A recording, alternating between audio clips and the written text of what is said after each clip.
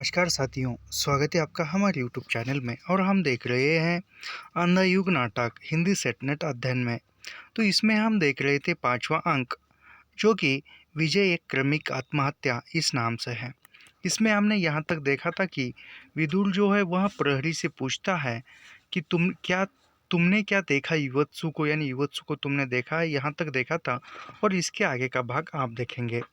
कृपाचार्य वह भी अभागा है, यानी कृपाचार्य कहता है कि वह यानी युवत्सु जो है वह आप अभागा है, भटक रहा है राजमार्ग पर, महलों में उसका अपमान, यानी वह महलों में या राजकाज में सभी तरफ जो है युवत्सु का अपमान हो रहा है, इसलिए वह यहाँ वहाँ भटक रहा है।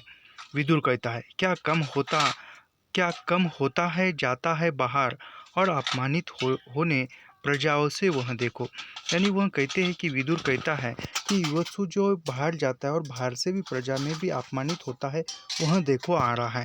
कृपाचार्य भीख मंगे लंगड़े लूड़े गंदे बच्चों की एक बड़ी भीड़ उस पर ताने कसती पीछे पीछे चली जाती है, आह पत्थर खींच मारा किसी ने। यानी कृपाचार्य कहते हैं कि जैसे भीख मंगे की तरह पीछे जैसे कुत्ते या बच्चे पीछे पीछे घूमते हैं, उसी प्रकार युवस्तु के पीछे सारे बच्चे जो भी है वह घूम रहे हैं और किसी ने उस पर पत्थर भी उठाया और मारा है। फिर चिंतित हो उस ओर जाते हैं कृपाचार्य विदुर कृतवर्मा। फिर विदुर कहता है, युधिष्ठिर के राज्य में नियति है यह युवत्सु की, यानी यह जो है महत्वपूर्ण कथन है। युवत्सु के राज्य में नियति है यह युवत्सु की, यह विदुर का कथन है एक अंधायुग नाटक का।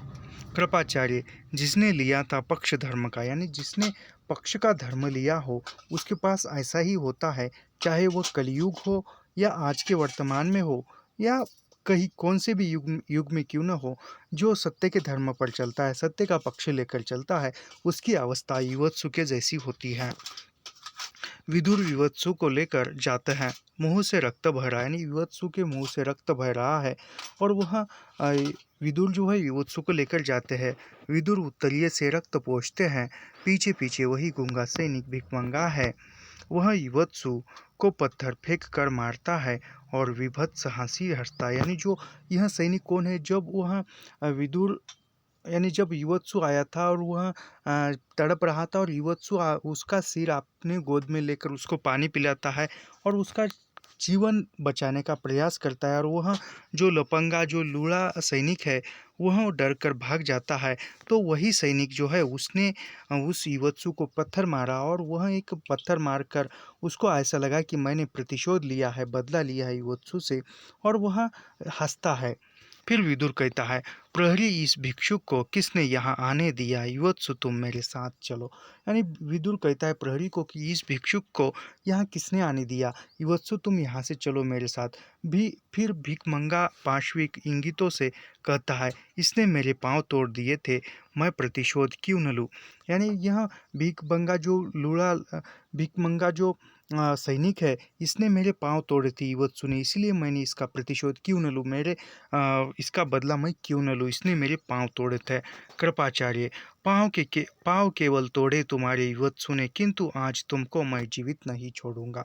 यानी कृपाचार्य उस भिखमंगे से, उस जो सैनिक था उससे कहते हैं कि कृपाचार्य कि तुम्हारे पांव तोड़े थे युवत्सु ने, लेकिन मैं आज तुमको जीवित नहीं छोड़ूंगा क्योंकि तुमने युवत्सु को पत्थर मारा है। प्रहरी के हाथ से भाला लेकर दौड़ता है, फिर प्रहरी से हाथ से कृपाचार्य भाला लेकर दौड़ता है और वो गूंगा फिर भागता है।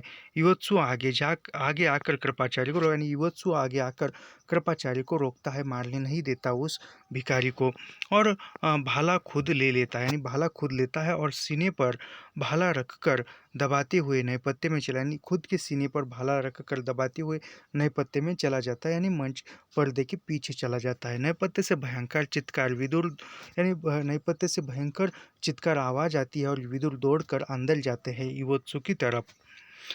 विदुर नैपत्य से, महाराज कर ली आत्महत्या युवत्सु ने, दौड़ो कृपाचार्य। यानी विदुर कहता है कि महाराज युवत्सु ने आत्महत्या कर ली, दौड़ो।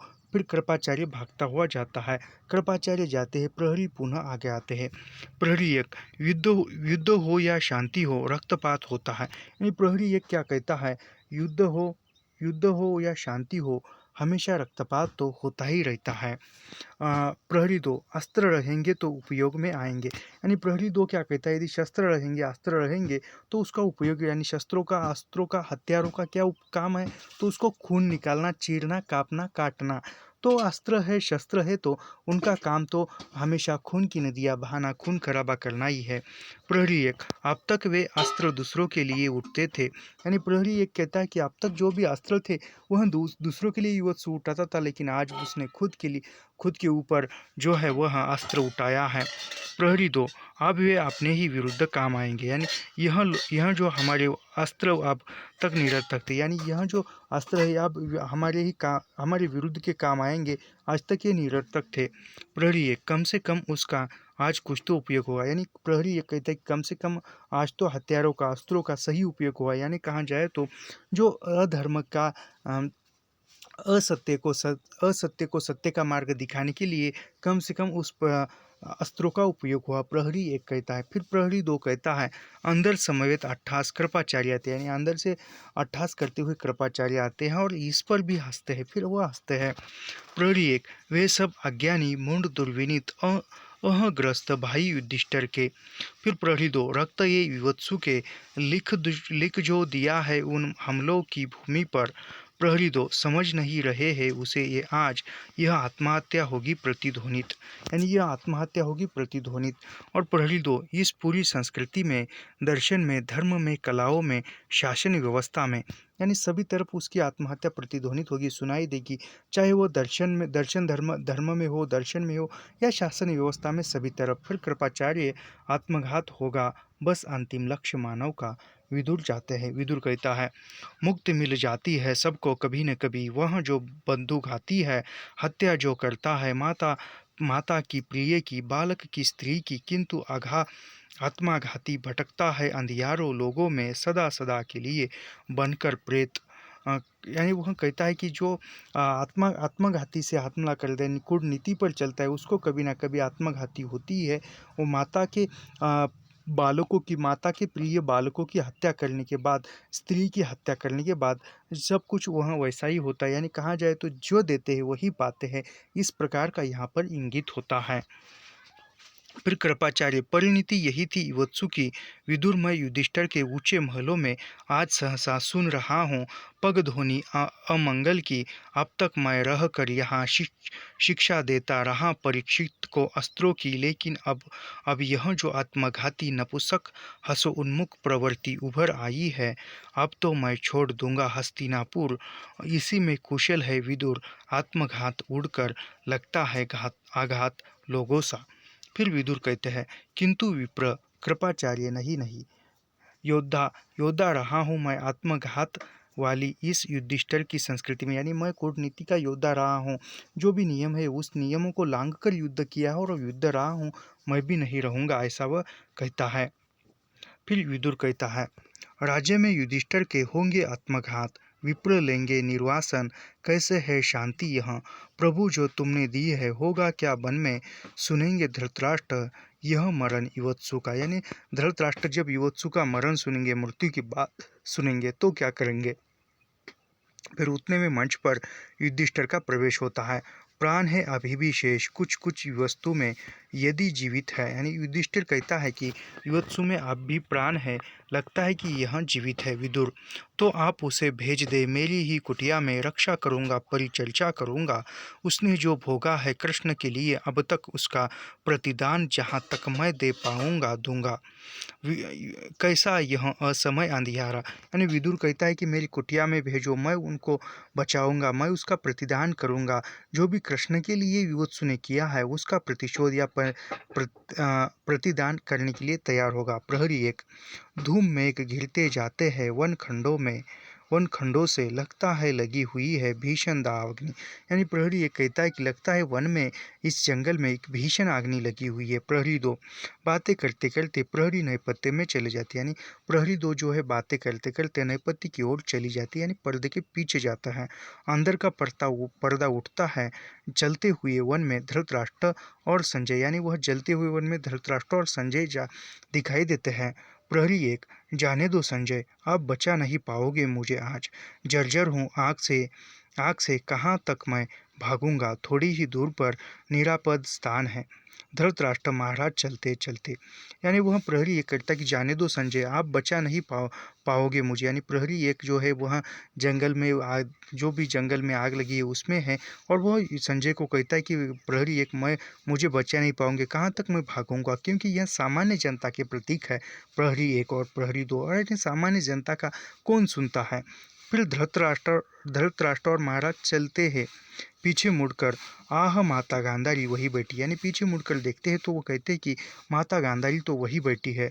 संजय, माता ओ माता। संजय, अब सब प्रयत्न व्यर्थ है, छोड़ दो तुम मुझे, यही जीवन भर अंधेपन के अंधियारे में भटका हूँ। यानी संजय कहता, माता गांधारी कहती है कि अंधेपन के इस अंधेरे में मैं भटका हूँ, मुझे रहने दो यहीं पर, मैं यहीं पर रहूँगा। धृतराष्ट्र, अग्नि है नहीं यहाँ है ज्योतिर्वृत्ति, देख कर नहीं यह सत्य ग्रहण कर सका तो आज मैं अपनी वृद्ध अस्थियों पर सत्य धारण करूँगा अग्निमाला सा। आग बढ़ती आती है वह, आह माता गांधारी घिर गई लपटों से, किसको बचाऊं मैं, हाय असमर्थ हूँ। संजय तुम जाओ। यानी वह धृतराष्ट्र कहता है कि इस अग्नि में हमें जलने दो, और वह जहाँ पर गांधारी बैठी है उसके चहुओं ओर आग फैल जाती है और आग लिपट जाती है माता गांधारी। और संजय कहता है कि मैं किसको बचाऊं, और धृतराष्ट्र कहता है कि संजय तुम यहाँ से जाओ। संजय, यह मेरा ही शाप है, दिया था जो मैंने कृष्ण को, अग्नि आत्महत्या अधर्म ग्रह कलश में जो शतधा को बिखर गया है नगरों पर वन में वह। यानी यह संजय कहता है कि यह जो शाप है यह मैंने ही कृष्ण को दिया था, इसीलिए जंगल में आग लगी है और हम ही उस नगर के वासी है, तो हमें भी उस आग का सामना करना पड़ रहा है। गांधारी, संजय उसे कहना, अपने इस शाप की प्रथम समीक्षा मैं हूँ, नैपथ्य से पुकार। गांधारी, उसने कहा, अपने इस शाप की प्रथम संविदा मैं ही हूँ। यानी गांधारी कहती कि ये शाप मैंने ही कृष्ण को दिया था, और कृष्ण के लिए अग्नि लगी है तो उस अग्नि में मैं भी जलकर नष्ट हो जाऊंगी। धृतराष्ट्र, आहा, छूट गई है वृद्ध कुंती वन में, लौटो गांधारी महाराज। यानी धृतराष्ट्र कहता है कि जो छूट गई है वृद्ध कुंती वन में, अब लौटो गांधारी महाराज की तरफ।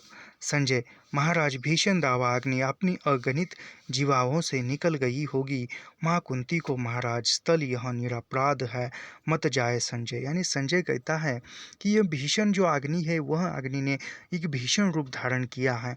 गांधारी, जो जीवन भर भटके अंधियारे में, उनको मरने दो। प्राणातंक प्रकाश में धृतराष्ट्र को लेकर गांधारी जाती है। देखकर हानि गांधारी जो है अपने पति धृतराष्ट्र को लेकर यहाँ से चकल जाती है, और जिन्होंने जीवन भर अंधियारे में भटके हैं उनको मरने दो अग्नि में जलकर। संजय, पूरे का पूरा धधकता हुआ बरकत दोनों पर टूट गिरा, फिर भी बचा हूँ शेष, फिर भी बचा हूँ शेष, लेकिन क्यों मुरझा निरर्थक और होगा कौन। आहा, यानी संजय कहता है कि जो आग से लथपथ हुआ जो बरगद का पेड़ है वह टूट गिरा, लेकिन फिर भी मैं बच सका, लेकिन मैं क्यों बचा हूँ, यह संजय कहता है।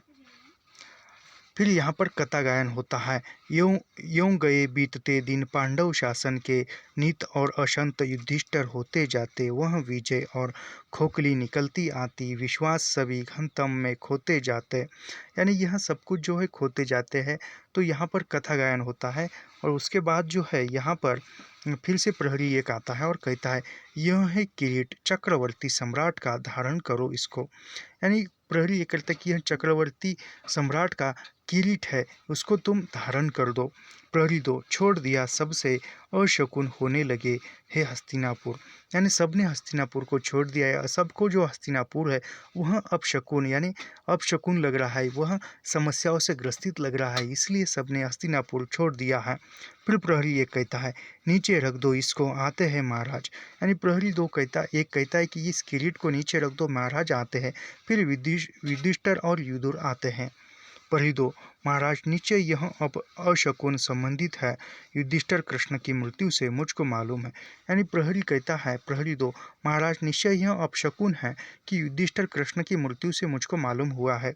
विदुर, दूतों ने आकर यह सूचना मुझे दी है, कलह बढ़ गया है यादव कुल में, अर्जुन को आप आप शीघ्र भेजे द्वारकापुरी। विदुर, मैं करूँगा क्या? यानी विदुर कहता है कि दूतों ने आकर आकर सूचना दी है, यानी दूतों ने कहा है जो द्वारकाधीश थे उनके यहाँ भी जो है अर्जुन यादव कुल में अर्जुन को आप शीघ्र भेजिए, यानी यादव कुल की रक्षा करने के लिए अर्जुन को शीघ्र भेजिए, जल्दी भेजिए, क्योंकि वहाँ पर भी कुछ समस्या आ गई है। विदुर, माता कुंती गांधारी और महाराज हो गए भस्म उस दावाग्नि में। यानी विदुर कहता है कि माता कुंती, गांधारी और महाराज जो थे उस दावाग्नि में जलकर तर्पण हो गया उनका, यानी वह जलकर मर गए। युधिष्ठिर, तर्पण करने के बाद घाव खुल गए फिर युवत्सु के, और इतने दोनों बाद उसका वह आत्मघात फलीभूत होकर रहा, प्राण नहीं उसके बचा सका। अब भी मैं जीवित रहूँगा क्या? देखने को प्रभु का अवसान इन आँखों से नहीं, नहीं जाने दो मुझको, गल जाने दो हिमालय के शिखरों पर। यानी यहाँ पर वो विदुर युधिष्ठिर कहता है कि युवत्सु भी चलकर मर गया है, नहीं बचा पाया, और मैं किस काम का, मुझे भी रहकर, मेरा भी रहकर कोई काम नहीं, मैं भी हिमालय की शिखरों पर जाता हूँ। विदुर, महाराज वह भी आत्मघात है। शिखरों की ऊंचाई कर्म की निजता का परिहास नहीं करती, वह भी आत्मघात है। यानी विदुर कहता है युधिष्ठिर को कि महाराज वह भी आत्मघात है, आप हिमालय की शिखरों पर जाओगे, फिर भी जो आपके कर्म की जो निजता है उसके कारण वहाँ से भी आपका आत्मघात होगा उन हिमालय के शिखरों से। युधिष्ठिर, और विजय क्या है? यानी युधिष्ठिर पूछता है कि और विजय क्या है?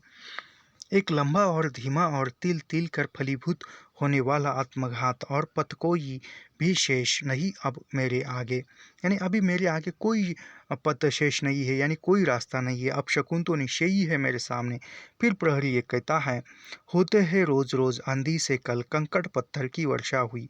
यानी प्रहरी ये कहता है कि यहाँ पर हर रोज अपशकुन होता है, कल तो कंकड़ और पत्थर की वर्षा हुई, बारिश हुई, पत्थर और कंकड़ों की। प्रहरी 2, सूरज में मुंडहीन काले काले कमंद हिलते नजर आते हैं। प्रहरी 1, जिनको यह सब के सब अपना प्रभु कहते थे सुनते हैं उनका अवसान। यानी यह प्रहरी ये कहता है कि जिनको, यानी कृष्ण को सभी अपना प्रभु कहते हैं, आज उसका ही अवसान सब कुछ सुनते हैं। प्रहरी 2, अब निकट ही है, कहते हैं द्वारिका में आधी रात काला और पीला भेष धारण किए। यानी प्रहरी 2 कहता है कि जो कृष्ण है, प्रभु है, वह भी द्वारका में आधा वेश काला धारण किया है और आधा पीला वेश धारण किए वहाँ पर द्वारका में है। प्रहरी 1, काला घुमा करता है, बड़े बड़े धनुर्धारी बाण बरसाते हैं, पर अधड़ बनकर वह सहसा उड़ जाता है, जिनको ये सब के सब अपना प्रभु कहते हैं। यानी जो समस्याओं से ग्रसित है उसको लोग अपना प्रभु कहते हैं, यानी परमेश्वर कहते हैं। प्रहरी 2, जो अपने कंधों पर खेने वाले थे, इसका सब योग श्रम ही इन सबको पद भ्रष्ट, और यानी जिनके आधार पर, जिनके मार्गदर्शन पर चलना चाहती है उसका ही पद अब भ्रष्ट हो गया है। प्रहरी 2, नीचे ही त्याग कर करते हैं तैयारी अपने लोग जाने की। यानी वह प्रहरी ये कहता है कि जो भी है वह सब कुछ नीचे त्याग कर परलोक जाने की हम तैयारी करते हैं। प्रहरी 2, बेचारे ये सब के सब अब करेंगे क्या? इन सब से तो हम दोनों काफ़ी अच्छे। यानी वह राजा महाराजा इनसे अच्छे, या जो है वह जनता है, सामान्य जनता। यानी प्रहरी 2 कहता है कि बेचारे सब के सब अब करेंगे क्या? यानी जो भी राजा महाराजा थे वह अब करेंगे क्या? जो भी है वह लूले लपंगे हैं, और जो समस्या से ग्रसित है उनसे अच्छे तो हम हैं, ऐसा प्रहरी 2 कहता है।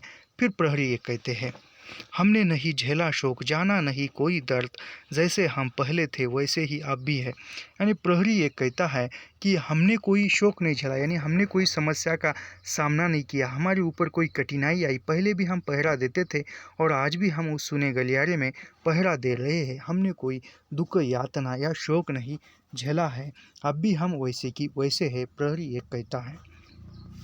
फिर प्रहरी 2 धीरे धीरे पर्दा गिरता है, यानी प्रहरी 2 कहता है कुछ और धीरे धीरे पर्दा मंच पर गिरता है और मंच पर अंधेरा आ जाता है। और यहाँ पर जो है वह प्रभु, यानी यहाँ पर समापन इस नाटक का प्रभु की मृत्यु, यानी कृष्ण की मृत्यु फिर यहाँ पर वंदना होती है, वह वंदना हम पढ़ते हैं। तुम जो हो शब्द ब्रह्म अत्रों के परम अर्थ, जिसका आश्रय पाकर वाणी होती न व्यर्थ। हे तुम्हें नमन, है तुम्हें नमन, करते आए हैं जो निर्मल मन। सदियों से लीला का गायन हरि के रहस्यमय जीवन की है जरा अलग वह छोटी सी मेरी आस्था थी पगडंडी, जो मुझे शब्द जो रसानुभव को अलंकरण, मैं चित्रित करूँ तुम्हारा करुण रस से मरण। यानी मैं तुम्हारा मरण, तुम यानी प्रभु का यानी कृष्ण का जो मरण है मैं स्मरण करूँगा, याद करूँगा। फिर कथा गायन होता है। यहाँ का इसका कथा गायन की सिर्फ पंक्ति पूछी जाएगी, पूछी तो यहाँ पर अर्थ नहीं पूछा गया, इसलिए मैं तुरंत पढ़ता चलूँगा। वह था प्रभास वन में, वह था प्रभास वन क्षेत्र महासागर तट पर, नभचुंबी लहरों लहरें रह रह खाती थी पछाड़। था धूल समुद्री फेन समूरी झकोरों में बह चली हवा, वह खंड खंड कर उठे ताड़। थी वन तुलसा की गंध वहाँ था पावन छायामय पीपल, जिसके नीचे धरती पर बैठे थे प्रभु शांत मौन निश्चल। यानी यहाँ पर कथा गायन में कहते हैं कि एक जो वन का जंगल का क्षेत्र है, वहाँ पर महासागर के तट पर एक पीपल के वृक्ष के नीचे प्रभु यानी जो कृष्ण है वह शांत और निश्चल बैठे हुए थे। लगता था कुछ थका हुआ, वह नीले मेघ सा तन सावला, यानी उस कृष्ण का सावला, और वह सावला जो रंग था काला, उस थका हुआ सा लगता था, और वह पीपल के वृक्ष की छांव के नीचे बैठे थे समुद्र किनारे पर। माला के सबसे बड़े कमल में बची हुई एक पंखुड़ी केवल पीपल के दो चंचल पाते की छाया है, रह रह कर उसके कंचन माथे पर हिलती थी। वे पल के दोनों इंद्र तंत्रालस थी, अंध खुली थी, जो नील कमल की पाखुड़ियों सी खिलती थी। अपनी दाहिनी जांग पर रक मृग के मुख जैसा बाया पग टिक गए थे, तने से ऊसार बोले वैसा चित्रित था। यानी वह वृक्ष के पीपल के वृक्ष की छाया के नीचे बैठे थे निश्चल होकर, मौन होकर, और वह उनके मुख पर, उनके सावले रंग पर पीपल की छाया पड़ती जा रही थी, मानो वह उनका मुख खुले हुए पंखुड़ी कमल की पंखुड़ी की तरह दिख रहा था। फिर यहाँ पर अश्वत्थामा कहता है, झूठे है यह स्तुति वचन, यह प्रशंसा वाक्य, कृष्ण ने किया है वही मैंने किया था, जो पांडव शिविर में सोया हुआ नशे में डूबा व्यक्ति होता है एक सा।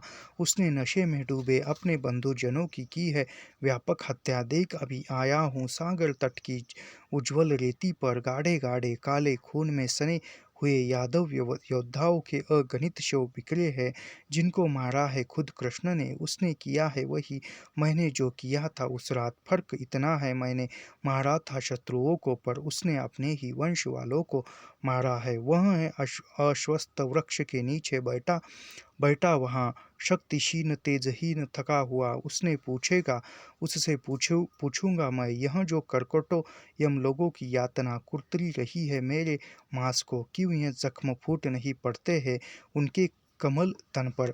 यानी अश्वत्थामा कहते हैं कि मैंने पांडव नगरी में जाकर मैंने जो भी पांडव शिविरों में सोए हुए सैनिक थे उनको मारा था, लेकिन अश्वत्थामा वह तो उन्होंने अधर्म से मेरे पिता मेरे भाईजनों को मारा था। इसीलिए अश्वत्थामा कहता है कि इसलिए मैंने उसको नींद में जाकर मारा, लेकिन कृष्ण ने यादवों को खुद के वंश को नष्ट किया है। उनका वह तो कृष्ण के दुश्मन भी नहीं थे, मेरे तो पांडव दुश्मन थे। मैं जाकर पूछूंगा उनको कृष्ण को। ऐसा ही है अश्वत्थामा कहते हैं। संजय, मैंने कहा था कभी मुझको मत बाहे दो, फिर भी मैं घेरे रहूंगा तुम्हें। मुझको मत नयन दो, फिर भी देखता रहूंगा। मुझको मत पग दो, लेकिन तुम तक मैं पहुँच कर रहूंगा प्रभु। आज वह सारा अभिमान मेरा टूट गया, जीवन भर रहा मैं निरपेक्ष, सत्य कर्मों में उतरा नहीं, धीरे धीरे खो दी दिव्य दृष्टि। उस दिन वन के उस भयानक अग्निकांड में घुटने भी उलझ गए। यानी वह संजय कहता है कि प्रभु तुमने जो मुझको दूरदृष्टि दी थी वह भी उस दिन नष्ट हो गई है, और मेरे घुटने भी चले गए, यानी पैर भी ये हो गए हैं, अपाहिज हो गए हैं। फिर पीछे की ओर से मित्र के पास एक व्याध आकर बैठता है, यानी पीछे की ओर से एक व्याध आकर बैठ जाता है और तीर चढ़ाकर लक्ष्य साधता है, यानी बाण का तीर चढ़ाकर एक लक्ष्य साधता है, यानी बाण चलाने की कोशिश करता है। फिर कथा गायन होता है धीमे स्वर में। कुछ दूर कटीली झाड़ी में छिपकर बैठा था एक व्याध, प्रभु के पग को मृगबंधन समझ धनु खींच लक्ष्य था रहा साथ।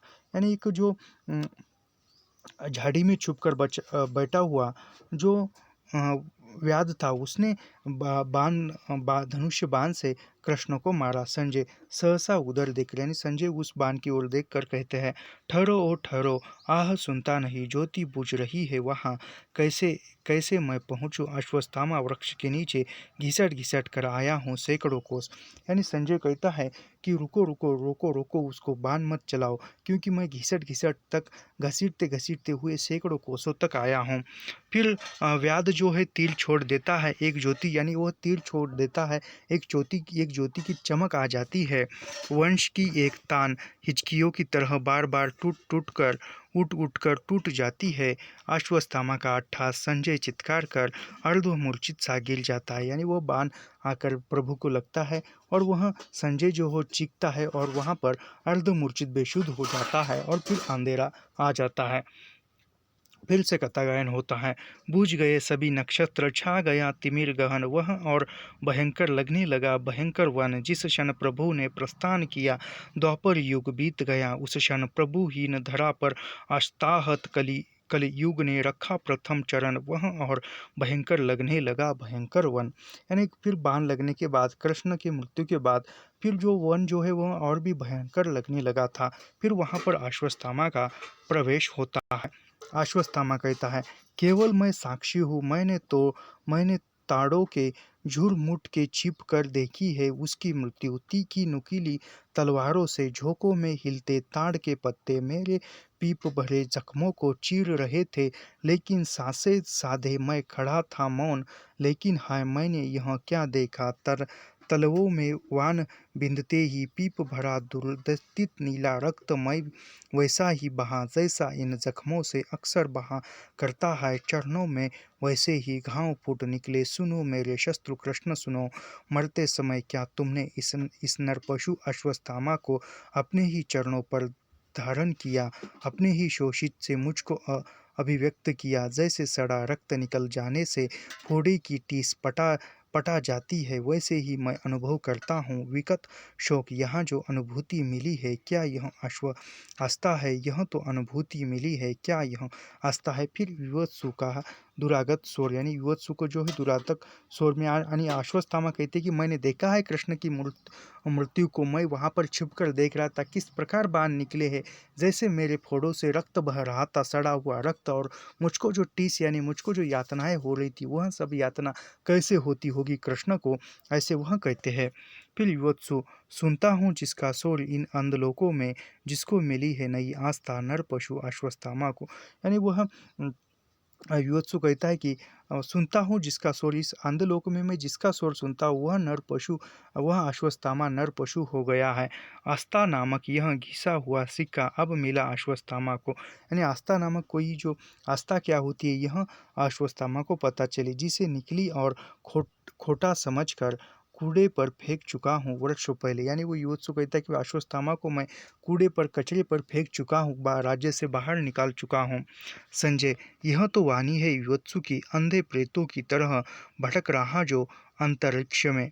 यानी यह वाणी जो संजय कहता है कि यह जो आवाज़ है, यह वाणी युवत्सु की है, अंधे प्रेतों में भटक रहा है। फिर युवत्सु अंधे प्रेत के रूप में प्रवेश करता है। युवत्सु, मुझको आदेश मिला, तुम हो आत्मघाती, भटकों के अंधलोक में, धरती से अधिक गहन अंधलोक कहाँ है, पैदा हुआ मैं अंधेपन से। यानी युवत्सु कहता है कि मुझको आदेश मिला है, मुझे आज्ञा मिली है, तुम जो आत्मघाती भटकोगे, यानी तुम ऐसे ही आत्मघाती समस्या से ग्रसित होकर भटकोगे, अंधलोकों में भटको से। मैं तो उत्पन्न हुआ हूँ, मेरा तो जन्म अंधेपन से हुआ है, लेकिन तुम्हारा जन्म जो अंधेपन से नहीं दृष्टि से हुआ था, लेकिन फिर भी तुम अंधेलोक में भटकोगे, अंधेरे में ही रहोगे।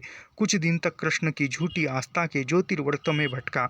यानी युवत्सु कहता है कि कुछ दिन मैं कृष्ण के जो झूठी आस्था थी उसमें भटका था। यानी कृष्ण ने वैसे गांधारी पीछे कहती है कि कृष्ण यदि चाहते तो युद्ध रुक जाता था, लेकिन कृष्ण नहीं चाहे और कृष्ण भी अधर्म के आधार पर कौरवों का उसने विनाश किया था, कौरवों का पराभव किया था कृष्ण ने। किंतु आत्महत्या का शिला द्वार खोल कर वापस लौटा मैं, अंधी गहन गुफाओं में आया था मैं भी देखने। यह महिमामय मरण कृष्ण का जीकर वह जीत न पाया, अनास्था मरने का नाटक रचकर वह चाहता है बांधना मुझको, लेकिन मैं कहता हूँ, यानी युवत्सु कहता है कि वह कृष्ण जो है अधर्म का साथ देकर वह मरकर भी मर नहीं पाएगा, वह सदा सदा जीवित रहेगा, और मरने का नाटक रचकर फिर भी वह मर नहीं पाया और वह बांधता है अब मुझको। लेकिन मैं कहता हूँ, वंचक था, कायर था, शक्तिहीन था, वह बचा नहीं पाया परीक्षित को, मुझको चला गया अपने लोग। यानी कृष्ण, वो युवत्सु कहता है कि कृष्ण जो था वह वंचक था, या कायर था, शक्तिहीन था, बलहीन था, इसलिए वह मुझको बचा नहीं पाया और इसलिए वह अपने लोक में चला गया। अंधे युग में जब जब शिशु भविष्य मारा जाएगा, ब्रह्मास्त्र से तक्षक डसेगा परिलक्षित को, या मेरे जैसे कितने युवत्सु कर लेंगे आत्मघात, उसको बचाने कौन आएगा? क्या तुम अश्वत्थामा, तुम तो अमर हो। यानी वह विवत्सु कहता है कि मेरे जैसे निरापराध बालक जो है झूठी संगति में जाकर कितने मर जाएंगे, कितने ही करेंगे, क्या तुम अश्वत्थामा उन्हें बचाने के लिए जाओगे? विवत्सु कहता है।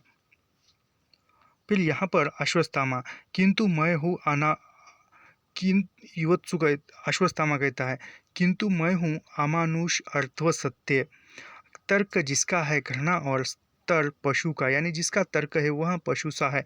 युवत्सु, तुम संजय, यानी युवत्सु पूछता है कि तुम संजय, तुम तो हो आस्थावान, यानी युवत्सु कहता है कि संजय तुम भी बचा पाओगे, तुम तो आस्थावान हो, तुम्हारे अंदर तो आस्था मौजूद है संजय, पर मैं तो हूँ निष्क्रिय निरपेक्ष सत्य, मार नहीं पाता हूँ, बचा नहीं पाता हूँ, कर्म से पृथक होता जाता हूँ, क्रम अर्थ अपने अस्तित्व का। यानी संजय कहता है, मैं किसी को मार नहीं सकता, बचा नहीं सकता, मेरी तो वह दूरदृष्टि थी, वह भी चली गई है, मैं कुछ नहीं कर सकता। यह संजय युवत्सु को कहता है। फिर युवत्सु, इसलिए साहस से कहता हूँ, नियति है हमारी बंदी प्रभु के मरण से नहीं, मानव भविष्य से, परिलक्षित के जीवन से। कैसे बचेगा वह, मेरा यह प्रश्न है, प्रश्न उसका जिसने प्रभु के पीछे अपने जीवन भर घृणा सही, कोई भी आस्थावान शेष नहीं उत्तर देने को। यानी अब जो है प्रभु की मृत्यु होने के बाद कोई भी उत्तर देने को यहाँ पर आस्थावान जीवित नहीं है, सभी नर धर्म यानी पशुता के कूटनीति के आधार पर जीने वाले यहाँ पर मौजूद है। फिर यहाँ पर वृद्ध याचक हाथ में धनुष लिए प्रवेश करता है, यानी वृद्ध याचक जो है हाथ में धनुष लेकर आता है मंच पर। व्याध, मैं हूँ शेष उत्तर देने को अभी, यानी जो वृद्ध याचक कहता है कि मैं हूँ उत्तर देने को शेष, यहाँ पर यानी मैं मौजूद हूँ उत्तर देने को। युवत्सु, तुम कौन हो, दिख नहीं पड़ता है, यानी युवत्सु कहता है कि तुम कौन हो, दिख नहीं पड़ता है।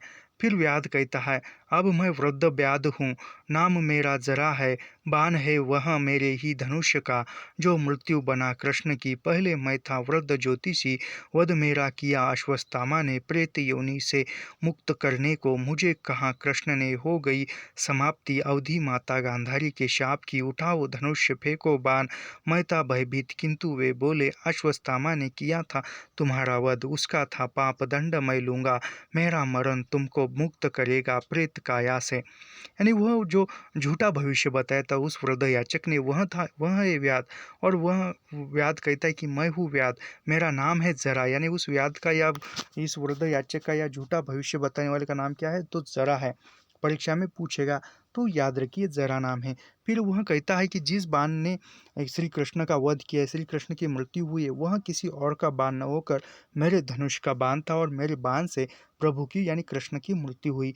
पहले मैं वृद्ध ज्योतिषी था, यानी वो पहले मैं बूढ़ा वृद्ध ज्योतिषी था, लेकिन मेरा वध जो है वह अश्वत्थामा ने पशुता से बर्बर होकर वध जंगल में किया था, जो प्रेत योनि से मुक्त कर, यानी कृष्ण ने खुद कहा था कि प्रेत योनि से मुक्त करने के लिए मुझ पर बाण चलाओ, मुझको मारो, और यहाँ पर जो है माता गांधारी ने जो कृष्ण को शाप दिया था वह शाप यहाँ पर नष्ट हो जाता है, समाप्त हो जाता है। फिर वह युवत्सु को कहता है कि उठाओ धनुष, फेंको बाण, मैं था भयभीत किंतु बोले, यानी वो कहती कि मैं था भयभीत, फिर भी वह बोले, अश्वत्थामा ने किया था तुम्हारा वध, यानी वह कृष्ण ने कहा था वृद्ध याचकों की अश्वत्थामा ने तुम्हारा वध किया था, उसका था पाप, दंड मैं लूंगा, यानी उसका दंड मैं लूंगा, युवत्सु को अश्वत्थामा को मारूंगा, मेरा मरण तुमको मुक्त करेगा प्रेत काया से। यानी वह कृष्ण ने कहा था वो उस वृद्ध याचक से कि मेरा मरण तुम्हें मुक्त करेगा प्रेत काया से। फिर अश्वत्थामा कहता है, मेरा था पाप किया मैंने वध, किंतु हाथ मेरे नहीं थे वे, हृदय मेरा नहीं था वह, अंधा युग बैठ बैठ गया था मेरी नस नस में, अंधी प्रतिहिंसा बन, जिसके पागलपन में मैंने क्या किया, केवल अज्ञात एक प्रतिहिंसा, जिसको तुम कहते हो प्रभु, वह था मेरा शत्रु, पर उसने मेरी पीड़ा पीड़ा भी धारण कर ली, जख्म है बदन पर मेरे, लेकिन पीड़ा सब शांत हो गई, बिल्कुल मैं दंडित लेकिन मुक्त हूँ। यानी अश्वत्थामा कहता है, मेरा पाप था, क्योंकि मेरा दुश्मन जो था, मेरा पक्ष में जो था वह कृष्ण था, इसलिए, और मुझे आंधी युग ने सभी तरफ से बड़बड़ से घेर लिया था, इसलिए मैं भी पागल हो गया था, इसलिए मैंने तुम्हारा वध किया। अब मेरे शरीर पर जख्म हुए और उस जख्मों से अब कोई मुझे टीस नहीं है, दुख नहीं है, तकलीफ नहीं है, क्योंकि सारी तकलीफ जो है कृष्ण ने छीन ली है। अब मैं दंडित हूँ लेकिन मुक्त हूँ, दंडित भी हूँ लेकिन मैं मुक्त हूँ, यानी कोई पीड़ा यातना नहीं है। फिर विवत्सु कहता है, होती होगी वह वधिकों की मुक्ति प्रभु के मरण से, किंतु रक्षा कैसे होगी अंधे युग में मानव भविष्य की प्रभु के इस कायर मरण के बाद। यानी युवत्सु कहता है कि इस अंधे युग से मानव भविष्य की मुक्ति किस प्रकार होगी, यानी इंसान की मुक्ति हो सकेगी, लेकिन इंसान के दुख की भविष्य की मुक्ति किस प्रकार होगी, यह युवत्सु प्रश्न करता है। यहाँ पर फिर अश्वत्थामा कहते हैं, कायर मरण मेरा था शत्रु वह, लेकिन कहूँगा मैं, दिव्य शांति छाई थी उसके स्वर्ण मस्तक पर। यानी अश्वत्थामा कहता है कि कायर मरण मेरा था शत्रु वह, यानी कायर मरण था कृष्ण का, मेरा शत्रु था कृष्ण, लेकिन उसके मरते समय उसके मस्तक पर, उसके सिर पर जो एक स्वर्ण मस्तक पर उसके एक रेखा छाई हुई थी, एक छाया यानी एक आभा दिख रही थी। फिर वृद्ध कहते हैं, बोले अवसन के क्षणों में प्रभु, मरण नहीं है वो व्याध, मात्र रूपांतरण है यह, सबका दायित्व किया मैंने अपने ऊपर, अपना दायित्व सौंप जाता हूँ मैं सबको। अब तक मानव भविष्य को मैं जिलाता था, लेकिन इस अंधे युग में मेरा एक अंश निष्क्रिय रहेगा, आत्मघाती रहेगा और विकलित रहेगा। यानी वृद्ध याचक कहता है, यहाँ पर वृद्ध कहता है कि कृष्ण ने कहा था कि मैं मरा नहीं है मेरा, ये मैं जो अब मर रहा हूँ, मेरी जो मृत्यु हो रही है, यह मेरा मृत्यु नहीं है, मात्र रूपांतर होगा कहीं और में, सबका दायित्व मैं मेरे ऊपर लेता हूँ और मैं खुद को नष्ट करता हूँ, यानी मैं खुद को नष्ट करता हूँ और मेरा जो दायित्व है मैं सभी की तरफ सौंपता हूँ, सभी को बांटता हूँ। अब तक मानव भविष्य को मैं जिलाता था, यानी मानव भविष्य को मैं जिलाता, मानव के इंसानों के भविष्य को मैं रास्ता दिखाता था, लेकिन इस आंधी युग में मेरा अंश भी निष्क्रिय रहेगा, यानी इस आंधी युग में मेरी भी कुछ चली नहीं है। संजय युवत्सु अश्वत्थामा की भांति, क्योंकि इसका दायित्व लिया है मैंने, यानी संजय युवत्सु अश्वत्थामा की भांति इसका दायित्व भी मैंने लिया है, लेकिन शेष मेरा दायित्व लेंगे बाकी सभी, यानी मेरा दायित्व जो है वह बाकी सभी लेंगे, कृष्ण कह रहे वृद्ध याचक से। मेरा दायित्व वह स्थिर रहेगा हर मानव मन के उस वृत्त में, जिसके सहारे वह सभी परिस्थितियों का अतिक्रमण करते हुए नूतन निर्माण करेगा, पिछले बंधों से मर्यादा युक्त आचरण में, नित्य नूतन सृजन में, निर्भयता के, साहस के, ममता के, रस के क्षण में जीवित और सक्रिय उठूंगा मैं बार बार। यानी कृष्ण कहती कि मैं साहसता के साथ, ममता के साथ, रस के साथ, क्षण के साथ, हर एक में मैं जीवित होकर उठूंगा बार बार, यानी मैं पुनः इंसानों के हृदय में जीवित रहूंगा। अश्वत्थामा उसके इस नए अर्थ में क्या हर छोटे से छोटा व्यक्ति विकृत, अर्ध्व बर्बर, आत्मघाती, अनास्थामय अपने जीवन की सार्थकता पा जाएगा। यानी अश्वत्थामा कहता है कि हर एक इंसान जो है, अर्थ क्या छोटा हो या बड़ा हो, बड़ा व्यक्ति हो, वह विकृत और अर्ध बर्बर, आत्मघाती, अनासक्तमय जीवन सार्थकता, यानी वह अर्ध जीवन या अर्ध सत्य पर जीने वाला, विकृति के साथ जीवन जीने वाला इंसान, वह सार्थकता पाएगा क्या जीवन में, ऐसा वह युवत्सु अश्वत्थामा कहता है, फिर वृद्ध, निश्चय ही वे है भविष्य, किंतु हाथ में तुम्हारे है।